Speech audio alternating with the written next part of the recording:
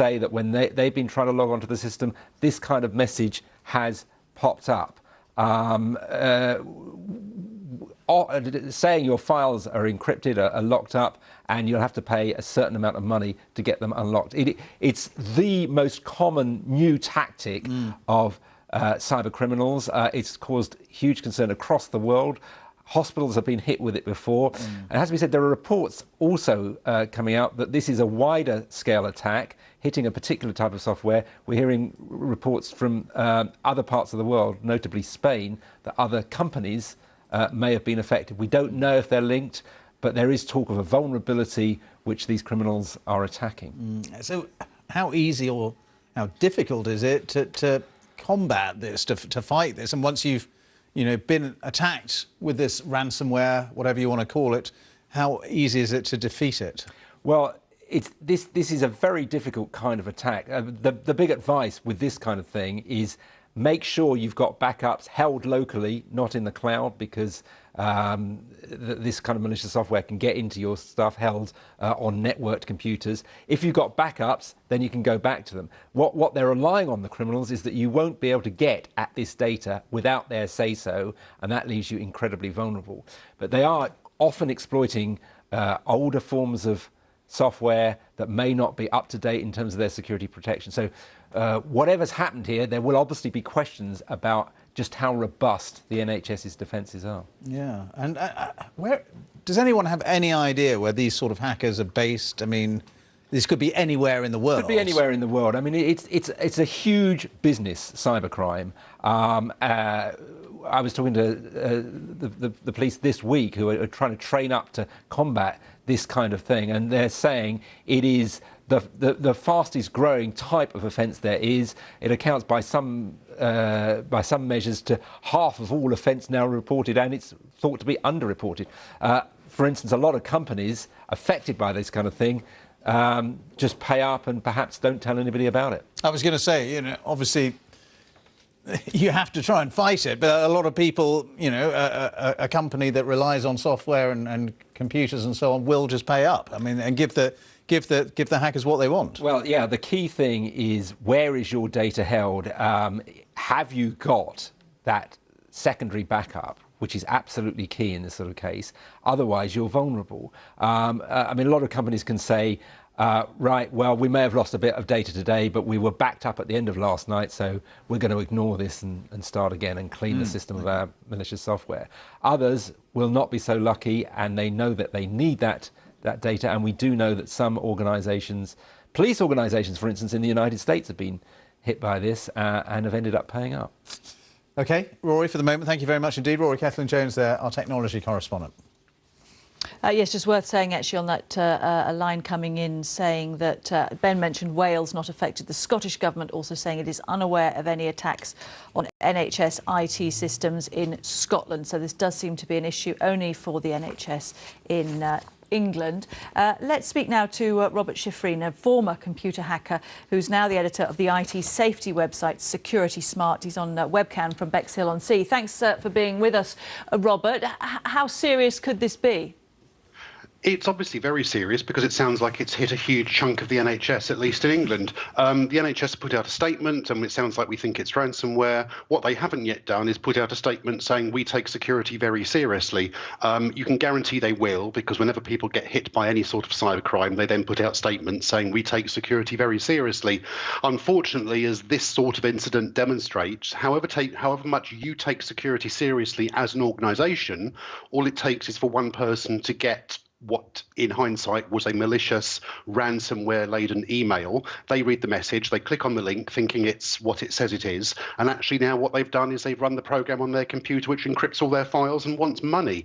It's very common, this sort of occurrence, and it's the holy grail of computer crime in a way, because it allows computer hackers to monetize their events. They now found a way of turning this into money. They don't just cause damage to your computer. They don't just steal your passwords and try to work out what to do with it. It's actual money, because unless you pay them something, you won't get your data back. And in a lot of cases, if you do pay, you still don't get the data back. So it's a double whammy for the victims. It's not uncommon, but it's down to human error. It's not down to IT systems not taking security seriously. So you you said that this will have come in via an email to somebody.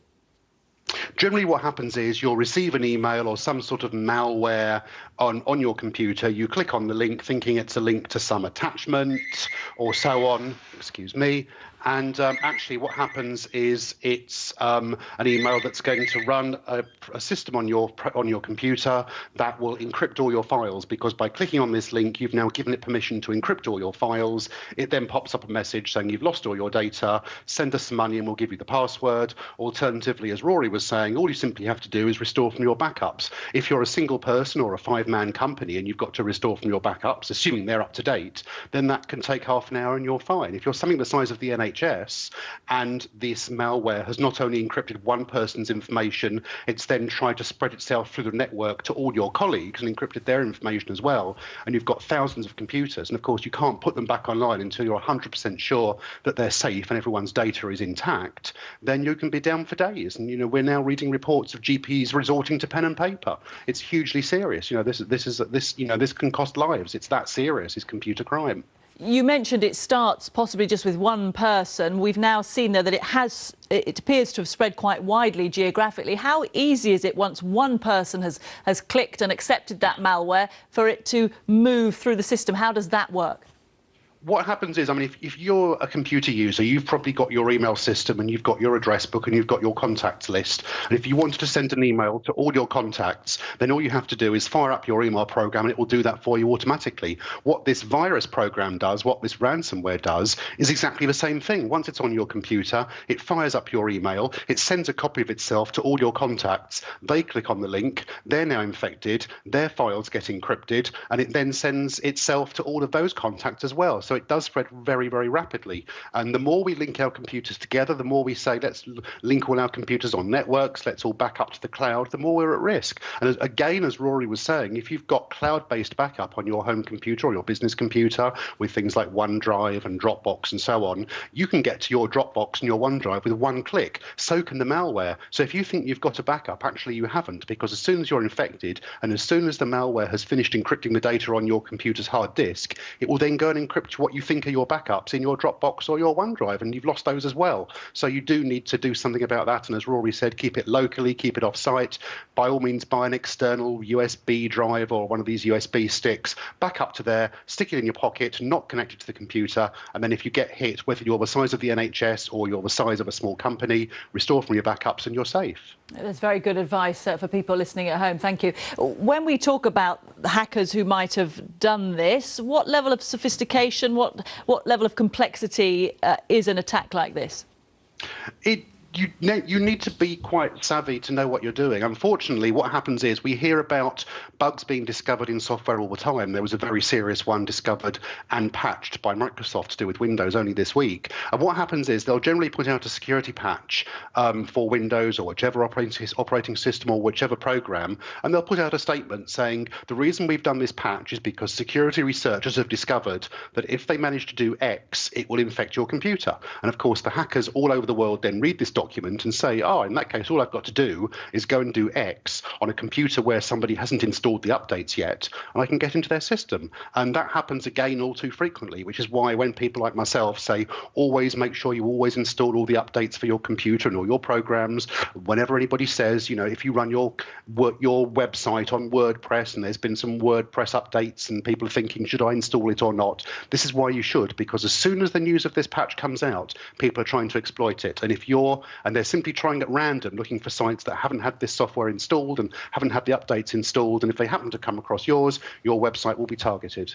OK, Robert, thank you very much. Really interesting to get your insight into all of that. Robert Schifrin from IT safety website Security Smart. Right, I'm going to talk to Rory Jones again, our technology correspondent. Let me just tell you before I talk to Rory that we're hearing from the National Cyber Security Centre. They have tweeted, we're aware of a cyber incident and we're working with NHS Digital and the National Crime Agency to investigate. And the National Cyber Security Centre is part of the GCHQ Spy Centre at Cheltenham. So just an indication of how seriously this is being taken. And the Reuters news agency are also telling us that British hospital workers in the NHS in England were warned on Friday by IT departments that they were at threat from ransomware. Rory, what's your latest information on this cyber attack? We've got a lot more information all of a sudden from NHS Digital, basically confirming, I think, what we've been saying. It says a number of NHS organisations have reported that they have been affected by a ransomware attack. That's exactly what we're talking about. The investigation is at an early stage, but we believe the malware variant is Wanna Decryptor. Now, I presume that's probably quite a well-known piece of malicious software that's out there. And here's the key thing. I think what I was saying earlier about it being a wider scale attack than just the NHS. At this stage, we do not have any evidence that patient data has been accessed. The attack was not specifically targeted at the NHS and is affecting organisations from across a range of sectors. So that seems to indicate that it is this particular piece of malicious software, Wanna Decryptor, that locks up your files, demands a ransom from it, ransomware. Perhaps it's targeting a particular vulnerability in a particular kind of software that the NHS in England has. Here's the mystery, that it's affecting the NHS in England but not in Scotland or Wales. That would perhaps suggest that they've got different kind of operating system and network software than elsewhere in the NHS, and that is particularly vulnerable. We need to know a lot more about that. Yeah, we're just also hearing via Reuters that the NHS England saying 16 NHS organisations have been affected, or saying they've been affected by this cyber attack. No evidence at the moment that patient data has been accessed, which is obviously important. But you're saying that it may not just be an attack on the NHS, it might be other organisations as well. But we haven't had reports from other companies and so on. We did have one report, which I won't name the company at the moment, but that a major telecoms company in Spain had been affected. We're still chasing that up. But what sometimes happens with this is kind of unleashed in a slightly random way against a whole range of targets.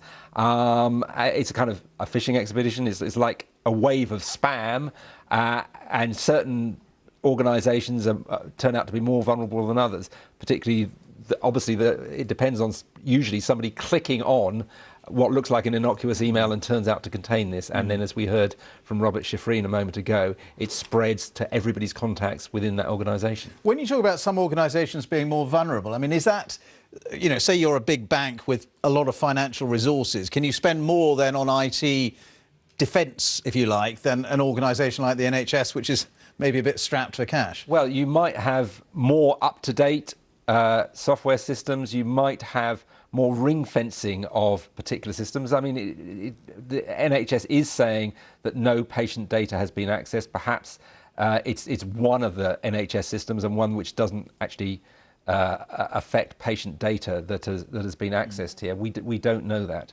Rory, for the moment, thank you very much again. Rory Catherine-Jones, our technology correspondent.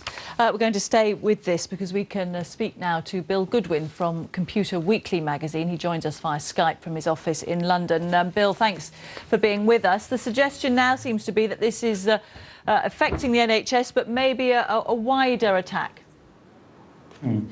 Yeah, it sounds very much as though it was not particularly targeted at the NHS.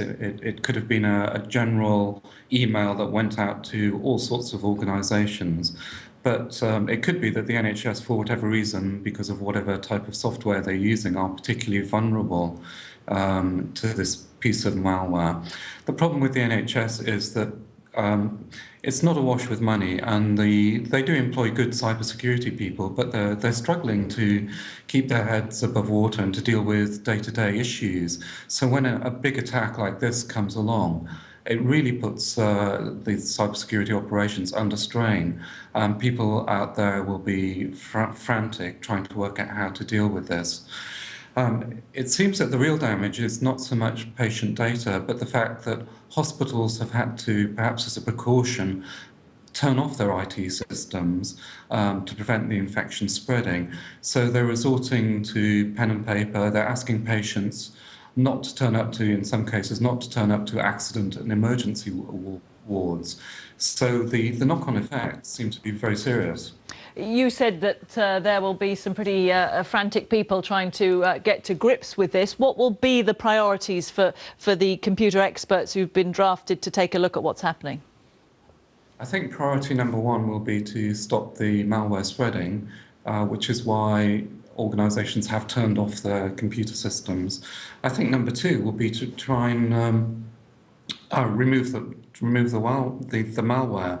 There are antivirus companies that can actually obtain the decryption signatures for this sort of malware. People like well-known antivirus companies that actually offer a service to do that. So they'll be bringing in the experts to try and remove this malicious software from their computer systems.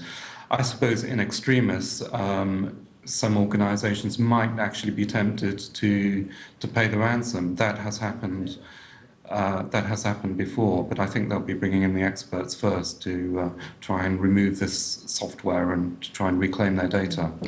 As you say, that the priority, of course, is to stop the impact of this. But at some point, someone has to ask as well, how do we stop the people who are doing this? How easy is it when you get this kind of attack to trace it back to anybody?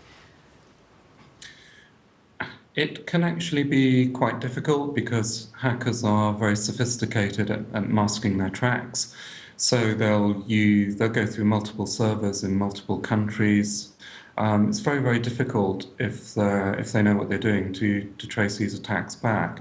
However, there are some very clever and talented people at GCHQ and the National Security Centres who will be working on this right now and will be trying to trace it back.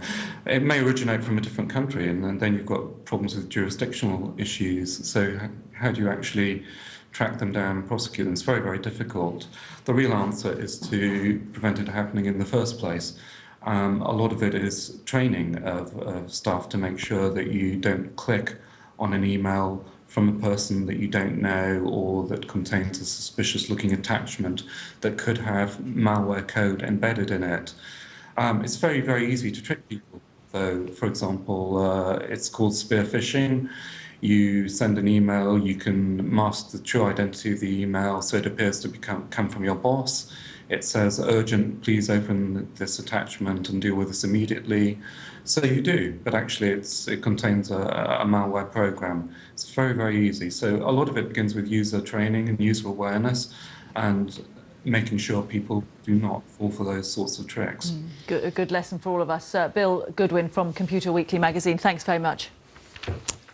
Just to bring you up to date with what NHS Digital are telling us, that's the computer arm of the National Health Service in England. They're saying 16 NHS organisations have so far reported that their IT systems have been affected by this cyber attack. They're saying the investigation's at an early stage, but we believe the malware variant they've been hit with is called Wanna Decryptor, and that is what is causing all the problems in NHS hospitals and also GP surgeries in lots of parts of England. Scotland, Wales, it seems not affected at the moment. Let's talk now to Dr. Tarek Seda, who's an A&E doctor at King's Mill Hospital in the Midlands. Thank you very much for being with us.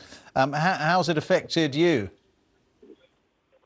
Yes, it's affected actually me in terms of managing my patients here in the A&E department. I had a lady today who had a severe back pain, which we call possibility of coda equina, which potentially could paralyze her down below her limb. And we had to divert her to other hospital, Queen's Medical Centre, for further management. It has also affected us in terms of that we had to go back to paper-based and paperwork in terms of X-rays and blood tests and documentation on the patient notes. It's getting a bit difficult for us because we've got a lot of patients here, and it takes an awful lot of time for us to process the information on a paper system. What do you think of people who would launch a cyber attack like this on hospitals and GP surgeries? I think they are a bunch of what would I say, cowards sitting behind the screen trying to disturb, people's lives and risking it for cheap gains in terms of money.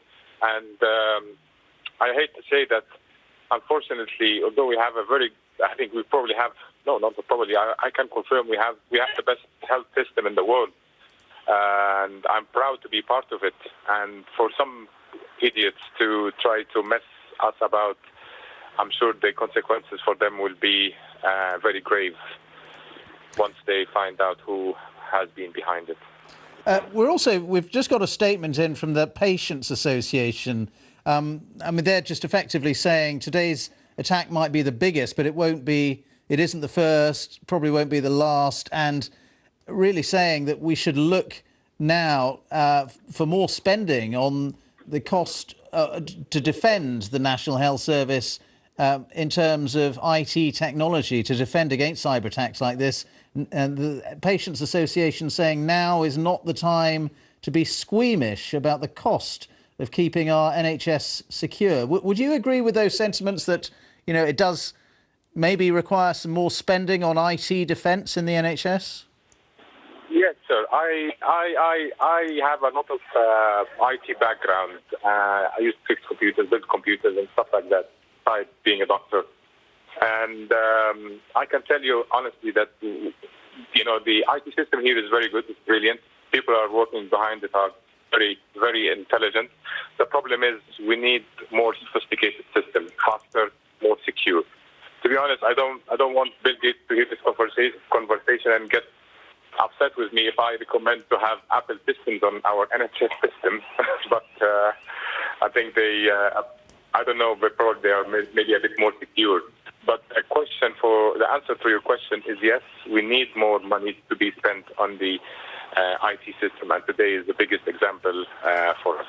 All right, well, thank you very much for being with us, and interesting to get your perspective on this cyber attack. Dr. Tarek Sader there, an A&E doctor in the Midlands. Thank you.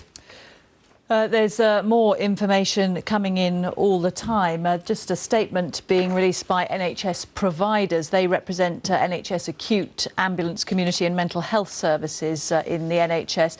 They're saying the scale and scope of what looks to be an extensive malware attack on the NHS is not yet clear. But they make the point if this is a malware attack, this is a growing problem across all industries. Given the potential impact, NHS trusts take this type of attack very seriously. And NHS providers perhaps trying to reassure by saying, of course, the NHS has detailed and well-rehearsed contingency plans in place to deal with incidents of this type. These plans have worked effectively when they've been triggered on an individual trust basis in the past. And trusts will, of course, rally round to support each other to cope with disruption. However, and this is important, it is likely that some services will be affected, at least in the short term. But they would like to reassure patients that they're doing all they can to minimise the impact on patients and to get their services back to normal as quickly as possible. And just one other statement, this giving a sense that not everybody is affected. I was just looking at a statement, I can't now find it, of course, from Oxfordshire, which was saying that they so far were clear of it. They have taken precautions. They've been advised oh yes, here we are. Oxford Hospital Trust, Oxford University Hospitals. We've been notified about the attacks. So far, they say, our strong security measures are holding solid. But they, like many other surgeries and hospitals, will be monitoring the situation and getting staff, as they say, to be vigilant. So this situation gradually unfolding. One place that we know has been affected is Liverpool. On the line is Dr. Chris Mimner, who's a GP at Wingate Medical Centre in Liverpool. Thanks very much for being with us. Perhaps you could give us a sense of what happened at your surgery. Oh, it's fairly straightforward. 2 o'clock this afternoon, our clinical system lost contact with the server. Our system is one of the most popular in the UK. Over 50% of general practice in England runs on it. And the server's centrally held and supported and protected. And the loss of access to the server was a move put in place by our local informatics service to prevent infection reaching into our health community. And what has the impact been on you when you've had to turn everything off? Well, that's the problem, really. We operate almost exclusively on computers, very little paper in the building, indeed, usually coming in from other places. And so our entire patient record is accessed through the computer, blood results, history, medicines. Most of our prescribing is done electronically. We don't use prescriptions unless the patient particularly chooses to want a piece of green paper. The rest of the time it's sent directly to pharmacies, and of course all that is not able to be accessed when we lose the clinical system. So what are you saying to patients who are coming in for their appointments this afternoon?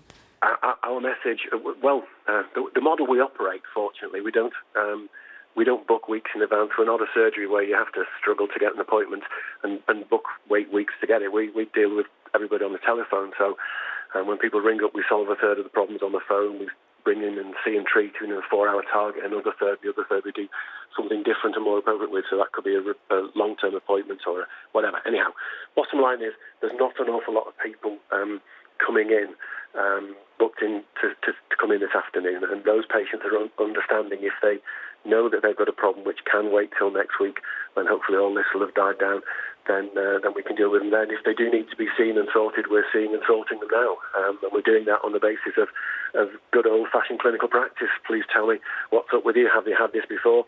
What can we do? And we're working through in proper general practice style to try and reach the best outcomes for patients on a case-by-case basis. But the important thing here is that no data has been lost or affected, so everybody's patient histories and prescribing medications are still as safe as they were this morning.